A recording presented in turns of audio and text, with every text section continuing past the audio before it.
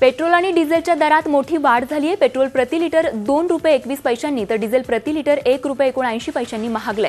मध्यरात्रीपासून हे नवे दर लागू झालेत। नोटाबंदीनंतर पेट्रोल आणि डिझेलच्या किमतीत कपात होईल असा अंदाज लावला जात होता, मात्र पेट्रोल डिझेलचे दर वाढण्याची शक्यता गेल्या काही दिवसांपासूनच वर्तवली जात होती। आंतरराष्ट्रीय बाजारात कच्च्या तेलाचे दर दुपटीने वाढले, त्यामुळेच पेट्रोल आणि डिझेलच्या किमतीमध्ये वाढ झाली आहे। जानेवारी 2015 मध्ये कच्च्या तेलाचे दर 27.88 प्रति डॉलर एवढे होते। आता हेच दर $55 पर्यंत वाढले आहेत।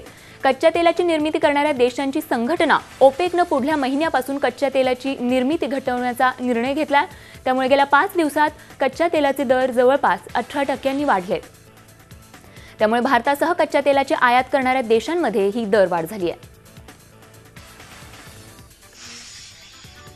मुंबईतील अंधेरी उपनगरातल्या डीएन नगर परिसरात एका वाहनातून पोलिसांनी 1,40,00,000 रुपयांची रोकड जप्त केली आहे। जप्त करण्यात आलेल्या नोटा या नव्या चलनातील असून काही जुन्या नोटाही आहेत।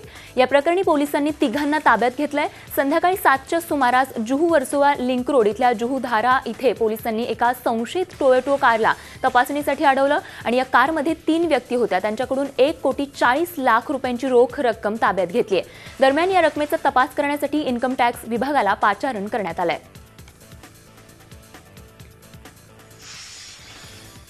2,100 आणि 20 रुपयांच्या बनावट नोटा छापणाऱ्या एका डॉक्टरला पोलिसांनी अटक केली आहे। सुधीर कुंबळे असं या डॉक्टरचं नाव आहे। त्याच्याकडून नोटा छापण्यासाठी वापरण्यात आलेलं प्रिंटिंग मशीन जप्त करण्यात आलंय।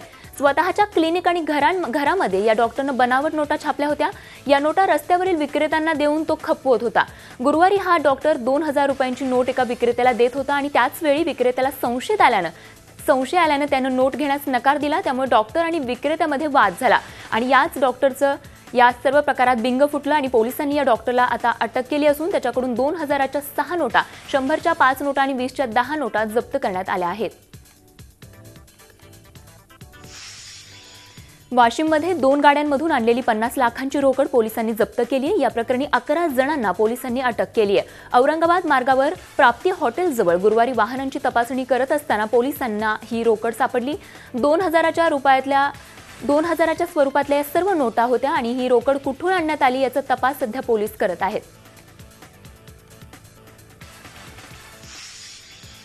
नोटबंदी आणि नोट कल्लोळामुळे बँकेतून काढण्यात येणाऱ्या पैशाला लागलेल्या निर्बंधांचा फटका उद्योजकांनाही बसतोय।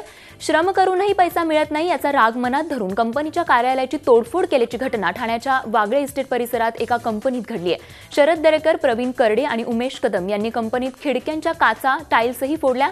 या तोडफोड प्रकरणी तिघांवर गुन्हा दाखल करण्यात आलाय। तिघांनाही अटक करण्यात आली आहे।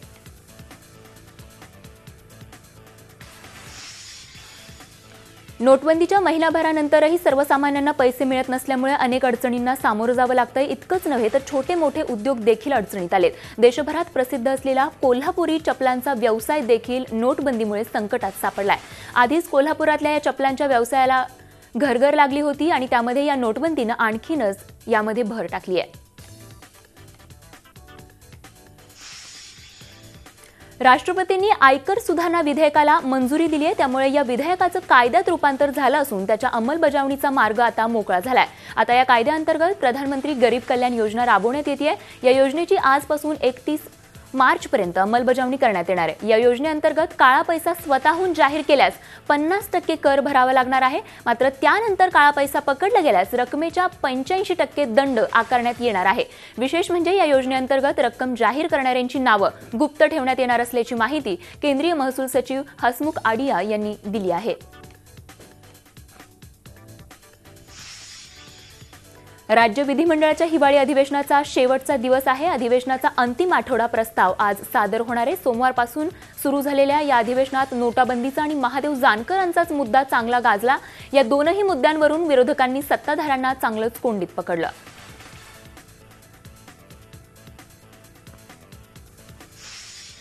कॅशलेस संदर्भात भाजप आमदारांना पक्षातर्फे अधिवेशनादरम्यान ट्रेनिंग देण्यात आलं। आमदारांनीही या प्रशिक्षणात रस दाखवला आणि याचा वापर मतदारसंघातल्या जनतेला फायदा पोहोचवण्यासाठी आणि त्यांच्यात जागृती आणण्यासाठी करणार असल्याचं या आमदारांनी म्हटलं आहे। या संपूर्ण देशामध्ये मोबाईलच्या रूपानं नवीन टेक्नॉलॉजी जी आलेली आहे या टेक्नॉलॉजीचा वापर कशा पद्धतीनं करता येईल आणि त्या माध्यमातून आम्ही कॅशलेस ट्रान्झॅक्शन कसं करू शकतो याच्यावरती आज आम्हाला भारतीय जनता पार्टीच्या टेक्निकल टीमच्या वतीनं आम्हाला मार्गदर्शन करण्यात आलं. काही सूचना आमच्या घेण्यात आलेल्या आहेत. मोबाईलमध्ये आता पेटीएम आणि महाराष्ट्र वॉलेट जे काढलेलं आहे आणि या ठिकाणी जे प्रशिक्षण आयोजित केलं नक्की याचा आमदारांना नक्कीच चांगला उपयोग होईल. आणि राजभाई पुरोहित आमचे मुख्य प्रतोद त्यांचे मी मनापासून आभार मानते की त्यांनी सर्व आमदारांसाठी या ठिकाणी अतिशय चांगला असा वर्ग आयोजित केला. इथून शिकून जाणार ते काही प्रश्न होते त्यांचं समाधान होणार आणि ते टेक्नॉलॉजी येऊन गावात झाली तिथे वर्कशॉप ठेवणार कार्यकर्त्यासाठी व्यापाऱ्यांसाठी सब्जी व्यापाऱ्यांसाठी सगळे स्मॉल ट्रेडर्ससाठी ते ठेवणार आणि ते जे दिल्ली ते सुरू झालेलं आहे ते गलीपर्यंत कसं पोहोचायचे त्याची आज आमदारांची वर्कशॉप ठेवलेली आहे.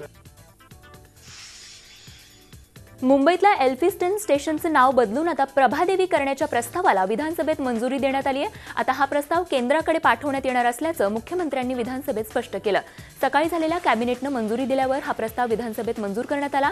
त्याचप्रमाणे मुंबईच्या छत्रपती शिवाजी टर्मिनसचं नाव बदलून छत्रपती शिवाजी महाराज टर्मिनस करण्याच्या प्रस्तावासह या प्रस्तावालाही सभागृहानं मंजुरी दिली आहे. अध्यक्ष महोदय, मी आपल्या अनुमतीने खालील ठराव मांडतो. छत्रपती शिवाजी आंतरराष्ट्रीय विमानतळ मुंबई याचा नामविस्तार छत्रपती शिवाजी महाराज आंतरराष्ट्रीय विमानतळ मुंबई असा करण्यात यावा अशी शिफारस महाराष्ट्र विधानसभा याद्वारे केंद्राला करीत आहे. छत्रपती शिवाजी टर्मिनस या रेल्वे स्थानकाचा नामविस्तार छत्रपती शिवाजी महाराज टर्मिनस असा करण्यात यावा अशी शिफारस महाराष्ट्र विधानसभा याद्वारे केंद्र शासनास करीत आहे. आणि एल्फिस्टन रोड, रावते साहेब आपण अनेक वर्ष याच्या पाठीमागे होतात त्याच्यामुळे आपण जरा जोरात टाळ्या वाजवा. एल्फिस्टन रोड या रेल्वे स्थानकाचे नाव बदलून प्रभादेवी असे करण्यात यावे अशी शिफारस महाराष्ट्र विधानसभा याद्वारे शासनास करीत आहे.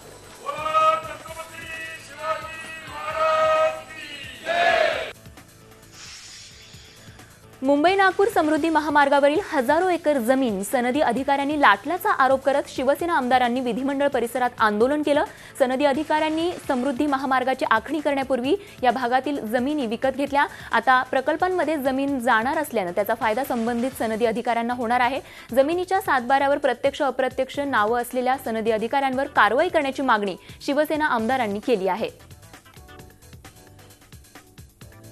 समृद्धी एक्सप्रेसवेच्या आसपासची जमीन कवडीमोल भावानं विकत घेऊन शेतकऱ्यांना फसवल्याप्रकरणी त्यांच्यावर गुन्हा दाखल करून त्यांना निलंबित करावं अशी मागणी शिवसेनेच्या वतीने आम्ही कालही सभागृहात केली होती, आजही करतोय. आमचं एकच म्हणणं आहे, पंतप्रधान नरेंद्र मोदी यांनी भ्रष्टाचार समूळ नष्ट करण्यासाठी 500 आणि 1000च्या नोटा बंद केल्या. त्या सगळ्या 500 आणि 1000च्या नोटा ह्या जर शेतकऱ्यांच्या जमिनी खरेदी करण्यासाठी संधी अधिकारी वापरत असेल तर तो निश्चितपणे गुन्हा आहे. त्यांच्यावर कारवाई होणं ही राज्य शासनाची जबाबदारी आहे. म्हणून आम्ही मुख्यमंत्र्यांकडे हे निवेदन दिलेलं आहे. वैद्यनाथ अर्बन सहकारी बँकेचा कारभार पारदर्शक असल्याचं वैद्यनाथ बँकेच्या संचालिका खासदार प्रीतम मुंडे यांनी म्हटलंय. तर या प्रकरणावरून विधान परिषदेचे विरोधी पक्षनेते धनंजय मुंडे यांनी प्रीतम मुंडेंना टोला लगावला.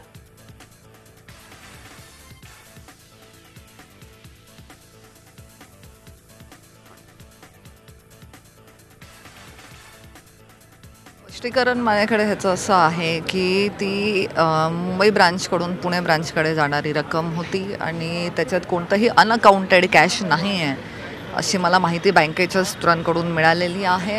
आणि वैद्यनाथ बँकेचा आजपर्यंत कारभार हा नेहमी पारदर्शक आणि स्वच्छ राहिलेला आहे. त्या पार्श्वभूमीवरती कुठेही तिथे शंकेचं मला काही स्थान वाटत नाही. बँकेच्या संदर्भामध्ये दोन्हीही शाखेत एवढे मोठे व्यवहार नसतील तर जुन्या नोटा मुख्य शाखेतून घाटकोपरमध्ये कुणाला द्यायला आल्या होत्या. जुन्या नोटा चलनातच नाही तर त्या चलनात नसणाऱ्या नोटा वैद्यनाथ बँक परळी मुख्य शाखेतून घाटकोपर शाखेत कशासाठी आणत होती आणि जुन्या नोटा कुणाला देणार होती याचाही खुलासा होणं आवश्यक आहे. वैद्यनाथ सहकारी बँकेच्या घाटकोपर शाखेतली सापडलेली रक्कम ही बँकेचीच असल्याचा खुलासा बीड जिल्ह्यातल्या परळी बँकेच्या मुख्य व्यवस्थापकांनी केला आहे. परळीच्या मुख्य शाखेतून 25 कोटींची रक्कम मुंबईतल्या घाटकोपर शाखेला पाठवली होती आणि त्याची नोंदही असल्याचं व्यवस्थापकांनी आता स्पष्ट केलंय.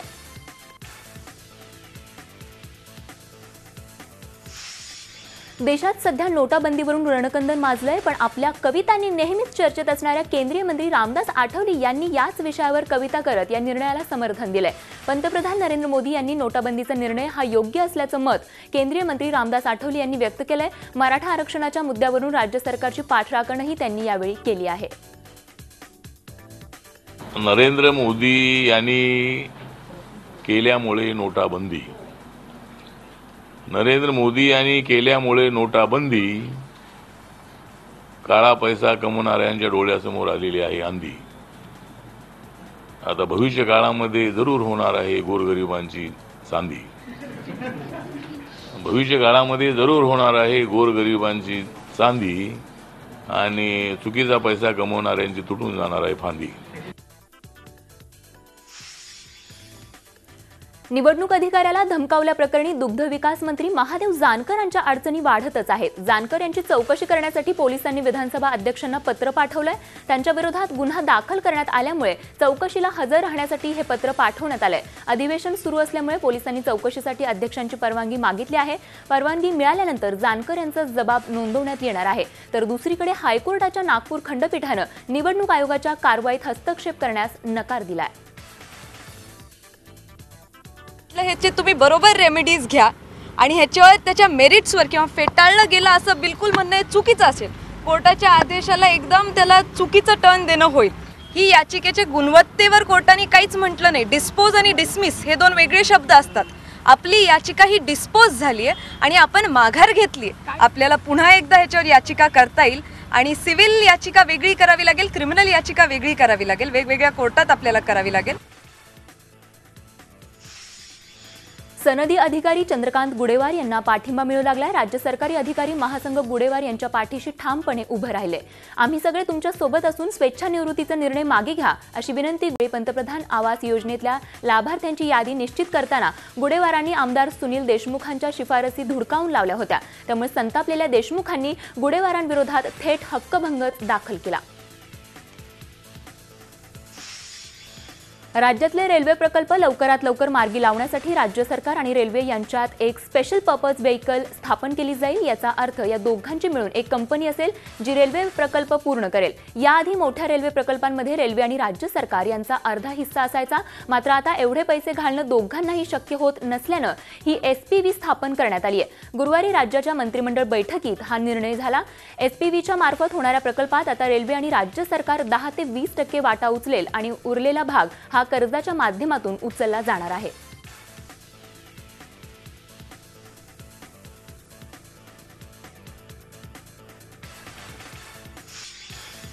महापालिका निवडणूक स्वबळावर लढवायची की युती करून हे स्पष्ट झालेलं नसलं तरी शिवसेनेने पुण्यातील सगळ्या जागा लढवण्याची तयारी सुरू केली आहे. महापालिका निवडणुकीसाठी इच्छुक उमेदवारांच्या मुलाखती शिवसेनेकडून घेण्यात येत आहेत. त्यामध्ये पुण्यातील 162 जागांसाठी सुमारे 800 इच्छुकांचे अर्ज आलेले आहेत. प्रसिद्ध सिनेनिर्माते फिरोज नाडियादवाला यांच्या बॉडीगार्डनं पोलीस कॉन्स्टेबल बाबूराव पाटील यांच्यावर हल्ला केला. मुंबईतल्या जुहूमध्ये गुरुवारी संध्याकाळी 7:30 वाजण्याच्या सुमाराला ही घटना घडली. जुहूमध्ये फिरोज नाडियादवाल्यांची स्कॉर्पिओ गाडी डबल पार्किंगमध्ये उभी होती. त्यामुळे ट्रॅफिक जॅम झालं होतं आणि ही गाडी बाजूला घेण्याची सूचना कॉन्स्टेबल बाबूराव पाटील यांनी केली. यावरूनच नाडियादवाल्यांचा बॉडीगार्ड समर खान आणि पाटील यांच्यामध्ये वाद सुरू झाला. समर खाननं पाटील यांना मारहाण केली. पोलिसांनी या प्रकरणी गुन्हा दाखल केलाय. मात्र अद्यापही समर खानला अटक करण्यात आलेली नाहीये.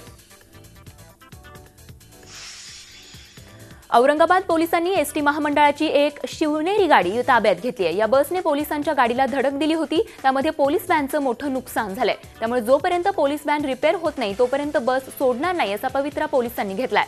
मात्र हतबल एसटी कर्मचारी तातडीने पोलीस व्हॅन आपल्या कार्यशाळेत घेऊन गेले आहेत आणि व्हॅनची दुरुस्ती सुरू आहे. ही शिवनेरी बस औरंगाबाद पुणे या रस्त्यावर चालते. ही बस पोलीस स्टेशनला उभी असल्यानं रोजच्या 35,000चं मोठं नुकसान महामंडळाला सोसावं लागतंय. पण पोलीस दादागिरीसमोर बिचाऱ्या महामंडळाचा नाईलाज झालाय.